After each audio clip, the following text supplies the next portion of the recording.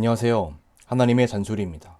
오늘의 주제는 책을 읽어야 하는 이유입니다.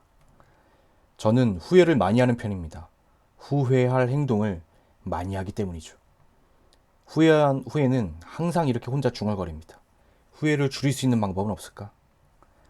예를 하나 들어보겠습니다. 이해를 돕기 위한 예시니까 다른 오해들 없으시길 바라겠습니다. 저는 저의 영상을 시청하시는 분들의 수준을 믿습니다.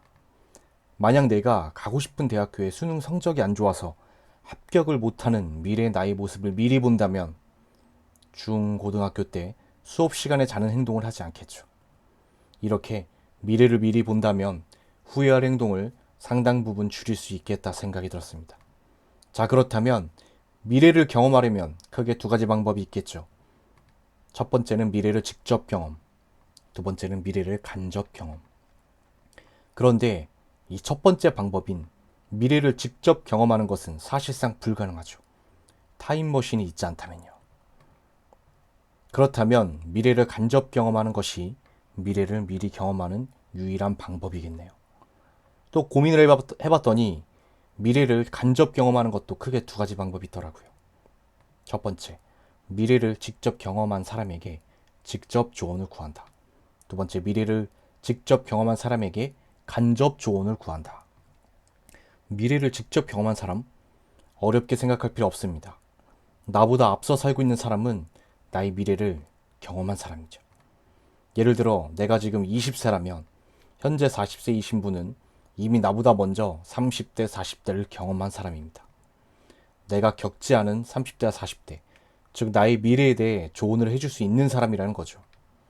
미래를 직접 경험한 사람, 즉 나보다 나이가 많은 사람에게 조언을 구하는 것은 타임머신을 타지 않고도 미래를 경험할 수 있는 엄청난 방법입니다.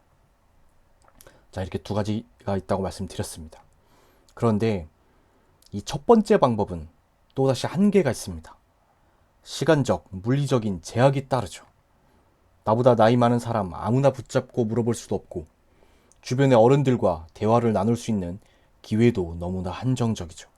그리고 내가 관심 있어 하는 분야의 전문가를 직접 찾아서 만나기란 절대 쉽지 않습니다. 그렇다면 또 두 번째 방법이 남겠네요. 미래를 직접 경험한 사람에게 간접 조언을 구한다. 미래를 직접 경험한 사람을 만나지 않고도 그 사람의 조언을 가장 깊이 있고 자세히 알 수 있는 방법. 바로 미래를 직접 경험한 사람이 쓴 책을 읽는 것입니다. 이 방법은 나의 의지만 있다면 언제든 실천 가능하죠. 내가 관심 있어 하는 분야의 전문가를 직접 만나기란 매우 어렵지만 내가 관심 있어 하는 분야의 책을 찾는 것은 쉽죠. 정리하면 지금 후회할 행동을 하지 않기 위해 가장 쉽게 먼저 미래를 훔쳐볼 수 있는 방법. 저는 그것이 책을 읽는 것이라 생각을 합니다. 책에는 그 책을 쓴 사람의 인생이 녹아져 있으니까요. 그렇다면 신앙생활에서 후회하지 않으려면 어떻게 해야 할까요? 신앙에 관련된 책을 보면 되겠죠. 성경책을 보면 신앙의 여정에서 실패도 경험하고 성공도 경험했던 믿음의 선배님들이 많이 계시죠. 아브라함부터 시작해서 다윗 등등. 그런데 그분들의 과거가 우리에겐 미래죠. 우리가 걸어가야 할 신앙의 여정을 미리 경험한 선배님들이니까요. 성경책을 본다는 것은 신앙생활에서 후회할 행동을 하지 않기 위해 가장 쉽게 먼저 미래를 훔쳐볼 수 있는 방법입니다. 물론 성경은 이런 표현이 없어도 신앙의 기본입니다. 또 성경은 성경 자체가 하나님의 말씀인데 도구로 사용한다 뭐다고 오해하시는 분들은 없으시겠죠.